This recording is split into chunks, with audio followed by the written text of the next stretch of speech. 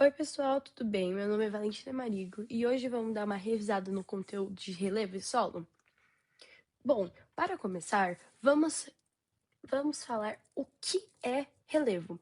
Relevo é a forma da Terra, é o conjunto de formas e feições que a crosta terrestre apresenta.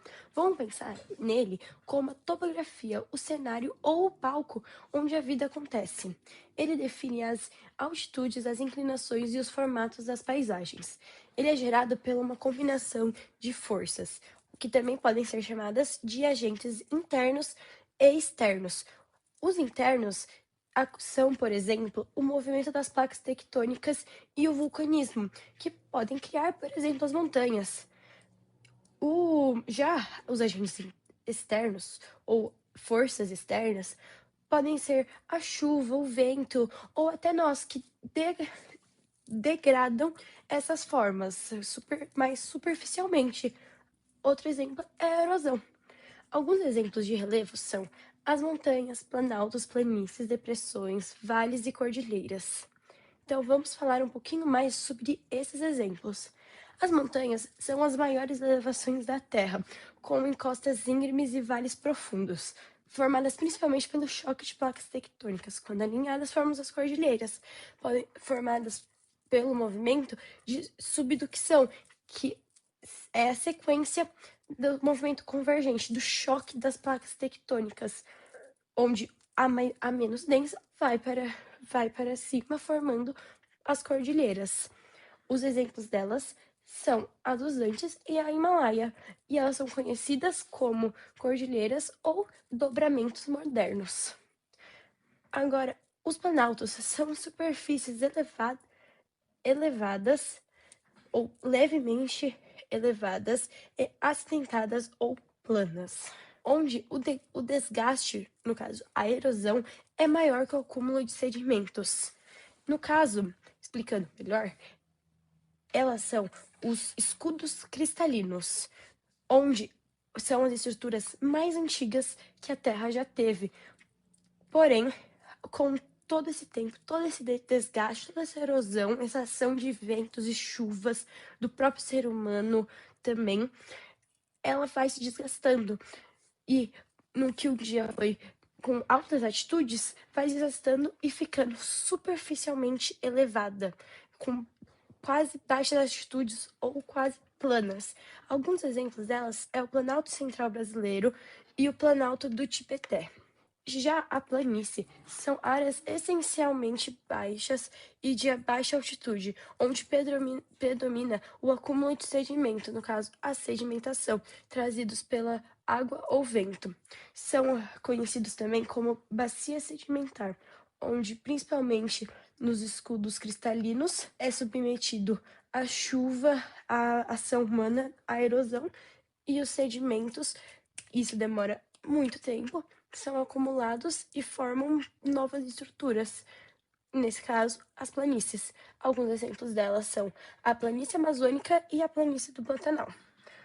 Já a depressão são regiões mais baixas do que o relevo ao seu redor. Porém, existem dois tipos delas. A relativa, que é mais baixa que os arredores, mas acima do nível do mar. Um exemplo é a depressão sertaneja, na imagem à esquerda, e a depressão absoluta fica abaixo do nível do mar. Um exemplo é o Mar Morto, na imagem à direita. Agora vamos falar um pouco sobre solo. O que é o solo? É o material que cobre a terra. O solo é um recurso natural composto por uma mistura de pedaços de rochas desgastadas, matéria orgânica, no caso, os restos de plantas e animais, água e ar. É a terra onde as plantas fixam suas raízes. Ela define a composição química, a textura, se é mais arenoso ou argiloso, a fertilidade e os nutrientes. É gerado através do intemperismo, um processo milenar em que a chuva, o sol e os seres vivos quebram e decompõem uma rocha-mãe até ela virar a terra. Vão se sobrepondo até virar o que conhecemos hoje em dia. Alguns exemplos de solo são a terra roxa, massapé, solo arenoso e argiloso. Porém, antes de falar sobre os tipos e os exemplos que acabei de dizer, vamos falar sobre os horizontes do solo, que basicamente são as camadas. as faixas que o solo tem. E vamos começar da mais superficial à mais profunda. Horizonte O é a camada superficial formada por restos de folhas, galhos e matéria orgânica em decomposição. É a que conhecemos hoje em dia como terra, é a mais superficial. O horizonte A, camada mais fértil, rica em humus e em nutrientes, concentra muitas raízes. O horizonte B acumula minerais e argila transportados das camadas superiores. A camada A, nutrientes, terra, folha, matéria orgânica. A O, no caso, a A acumula isso mais alta concentração de matéria orgânica e mais raízes. A B, tudo isso, porém, se concentra os minerais principalmente.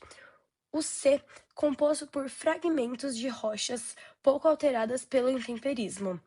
Ainda tem um pouco de minerais, porém sofre um pouco do intemperismo. Já R é a rocha-mãe, a origem do solo.